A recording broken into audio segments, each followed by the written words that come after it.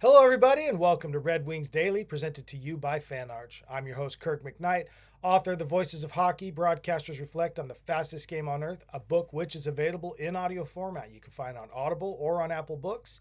Apple Books, it runs you about $9.99. On Audible, it runs you about $16 or $17 if you already have a membership. If you don't have a membership and you would like to get a trial membership to Audible, you can get that for free and the book for free. So there's your options, folks. It's 12 hours featuring 65 NHL play-by-play broadcasters past and present, talking about 35 NHL teams. That's my plug. I'm coming to you from the southwest corner of Washington State, 2,454 miles from Little Caesars Arena. Now we're going to return to action in just 2 days, folks. We've been through 20 without it. We've got 2 days left before we take on the Ottawa Senators in Ottawa. A little bit more than a week before we return to LCA. Obviously, other stuff's been going on. I think there was a couple of college tournaments going on, and maybe even a concert here too. Who knows? But obviously, the LCA lights have been lit up without the Red Wings in action, but they'll be lit up with the Red Wings in action in just a little over a week. In the meantime, it is Tuesday, so that means it's time for Tantrum Tuesday. Since there wasn't really much going on in the last week except for the men's hockey over in Cortina, the Tantrum Tuesday basically has to delve from that because really there wasn't anything else, no NHL going on, and things have been a little bit too far gone from us to try to really dig up anything that might even resemble a nice fight. There was a fight in the Slovakia-U.S. game. This was the semifinals. The game was well in hand for the U.S., 6-2, and Eric Chernok from Slovakia gets into it with both Brady and Matt Tkachuk. I think more so with Matt Tkachuk than Brady, but a little bit of a fight, and I think a lot of the people were starting to worry, like, don't get suspended, because they're like, the last thing we need is for one of you guys to be sidelined for the real game. The one that's now on everybody's mind, 6-2, it's over. It's well in hand, and there's no reason to ruin what might be happening on Sunday in that gold medal game by getting into too big of a fight and getting too many eyes on you and getting the disciplinary committee involved. So didn't really amount to much. Hockey Fights didn't even talk about it, but yeah, Chernok and the Tkachuks went at it, and both Tkachuks were able to play in the gold medal game, and I'm pretty sure Chernok wasn't suspended or anything like that. He played in the consolation game. Still didn't win.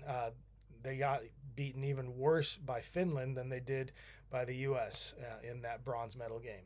So not much going on. By the time we were having Tantrum Tuesday next week, we'll obviously have plenty of NHL action underway and plenty of axes to grind and scores to settle. So in the meantime, we still have the Tkachuk brothers. I like Matthews' resolve a little bit. I liked the psychological warfare that he was enacting, because obviously he's not back to 100%. He's out there. He just barely came back to playing NHL level after being sidelined with his injury, and he's out there just for the psychological warfare. I feel. I mean, he did contribute a little bit. Brady obviously contributed more offensively for Team USA throughout that run. But I did like a couple of things that Matt said. I loved it when he chirped Draisaitl in that game against Germany and said, "Always the bridesmaid, eh, Leon?"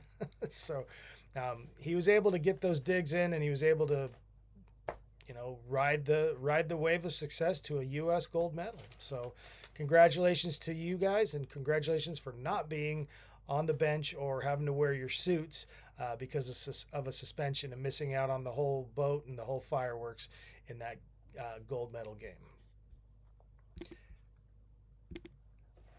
As an author myself, I like to think that the Voices of Hockey definitely has its place on the bookshelves, but I've realized that there's been other kinds of tales out there as far as hockey goes that have garnered much more attention and have climbed the ranks of the Amazon books. And I wanted to give my pitch for the fourth installment of what I call Depleted Rivalry.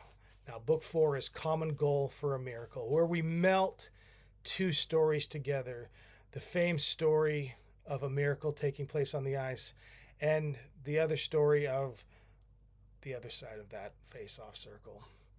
So here we go. All-star defenseman Cale Makar has blocked some of the toughest shooters on the ice, but nothing prepared him for his latest challenge, life as a silver medalist. He couldn't check the puck from Hughes and got caught skating backwards, leaving his all-star teammate McKinnon up ice against Larks, Werenski, and a charging Hughes. From 2-on-0 to 1-on-3, the Norris Trophy winner couldn't get back quick enough to stop the short-toothed Hughes from capitalizing on Binnington's disadvantage. Canada had the Mick, the Mac, and the Muck, but only one made it past the buck. Mac on the doorstep with ecstasy waiting for him in the back of an open net, but that date would not be made. Not tonight. One game. If we played them 10 times, they might win 9, but not this game, not tonight. Tonight, we skated with them. Tonight, we stayed with them. And we shut them down because we could. Tonight, we were the greatest hockey team in the world. They were born to be hockey players, every one of them, and they were meant to be there tonight. This was their time. Their time was done. It's over. I'm sick and tired of hearing about what a great hockey team Canada has. This was their time, Canada, not yours. This was the time of Team USA, and they went out there and they took it. Now, obviously, it's a little bit butchered. It's not quite the Kurt Russell speech from Miracle, but a little bit here, a little bit there. What do you think? Is it worthy of the silver screen, or should I just keep on talking about something else? Maybe if I get to book 5 by next week, we have a clear plane and a runway to take off and really just lift this to the highest of highs on Amazon.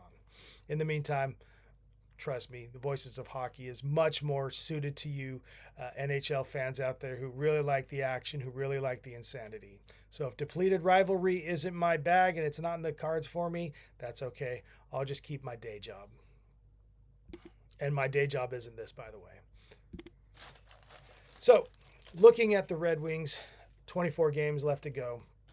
I wanted to do a little bit of a recall because a lot of people are really stuck on the fact that we have, so many games played, and most of the teams in the Atlantic Division have a couple of games in hand on us. So we have our leads over certain teams. We're down a few points to certain teams.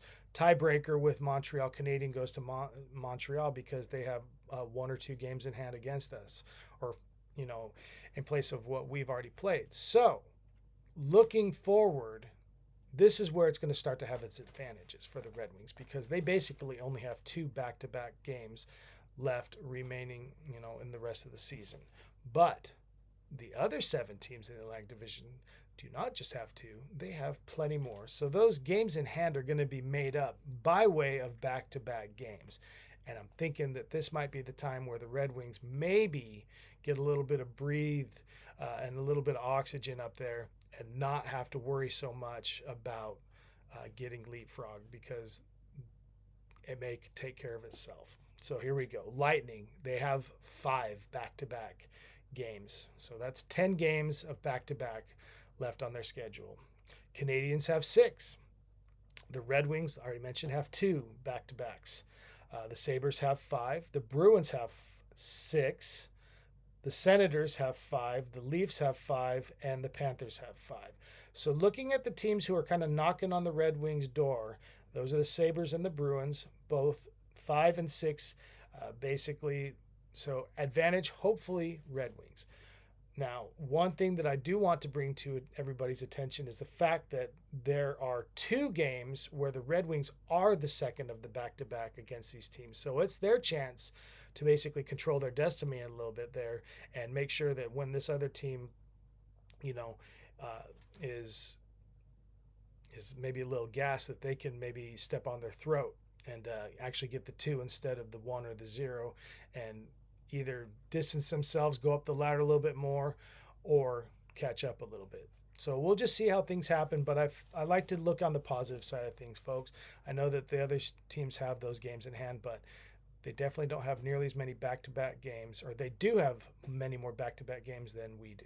And we've been paying for it. Obviously, we've lost several of those second of back-to-backs. Those are the times that Talbot's really been kind of coming up short, and we've been a little bit gassed. We've won a couple of them, but we've lost most of them.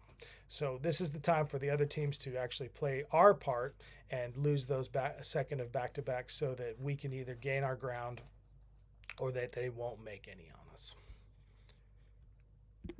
Just a little bit of maintenance, I guess, or talking back to the actual Red Wings as a team. One move that's been made, obviously the trade freeze was lifted last night at 11, or not last night, but the night before last night at 11:59. It's hard to say, but when something goes to midnight, if it's last night, the night before, what, it's really hard to say because there's just a difference of 1 minute. But trade freeze has been over for over 24 hours. Still really nothing going as far as any transactions the Red Wings have been making, but they did make an announcement early yesterday, and I just wanted to talk about this, and that's the fact that they have recalled Dominic Shine and Sheldon Dries from Grand Rapids. Speaking of Shine, 21 goals and 15 assists in 37 games. Not too bad. Dries, 18 goals and 16 assists over his games, which probably aren't that much either. He's got 7 power play goals. I think that there's some technique to that right there. Having somebody that's doing well on the power play. Maybe it's something. Maybe it's Michigan because that's where he's from. And I think a lot of people were pointing out the fact that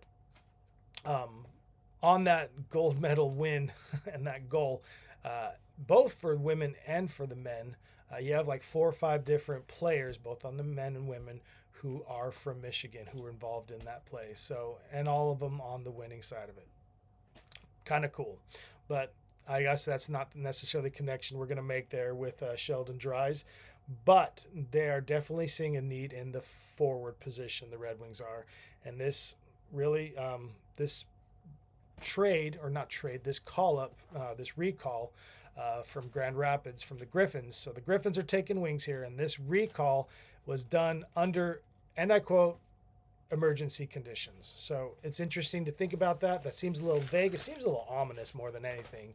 You don't want to think of emergency conditions for anything. So it's kind of hard to just kind of sit back and see all this unfolding. We'll see if the Red Wings make any moves, play for any players right here. The deadline is basically, 9 days away? Or, actually maybe even more than that, maybe 10 days away. But still, don't dawdle. If you're going to make a move, get the player here quicker. Let's get more time with them. Get more on ice action with them. One of the things that I will say from the Voices of Hockey, and one of the things that turned everything around for the Tampa Bay Lightning in that 2020 season, the first of their back-to-back Stanley Cups. You know that the season before they won 62 regular season games and got swept by the Columbus Blue Jackets. Well, in the 2019-20 season, obviously was a season that was interrupted by COVID. And so everybody kind of went their own way. But they basically decided that teams were going to start playing at a certain thing. People were making these decisions. And the Lightning were able to basically, they were in a situation where they were kind of stuck where they were, which meant they could stay and practice.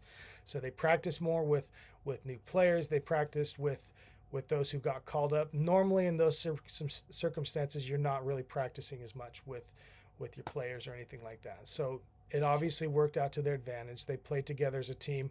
It led to a really solid postseason run, and obviously a postseason run that would go into the next season and then the season after that, come up to a final and an end in Game 6 against the Colorado Avalanche, stopping them from a three-peat. But like I said, don't underestimate being able to get together with your team and play in those kinds of situations and practice in those situations. So I welcome Shine and Dries coming up there if there's something we can do with them. I also welcome some new prospects coming over. If we're going to make any trades or if we're going to make any deals, let's bring them over now. Do not wait until March 6th. Let us get it over with and get them on our team and get them playing and get the experience and get these lines together. We're already doing enough shakeup that's more than my comfort level. I said this on a podcast the other day. I don't like too much of a shakeup. It's not on my comfort level. We just need to get used to something and just wait till it works and works better. And if that means doing what we need to do and getting a player now instead of later, let's do it, and let's just get ourselves used to this, because we're not going to make any kind of playoff run if we're basically still just learning to play with each other. I don't want that to happen. And this has been such a promising season that we'd hate to see it falter like that because of something like that.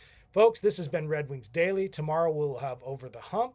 We'll talk about some matchups that may have bearing on the Red Wings in the Atlantic Division. And tomorrow's matchup is the NHL returns to the ice. And then Thursday, we'll be taking on the Ottawa Senators. In the meantime, LGRW from the PNW.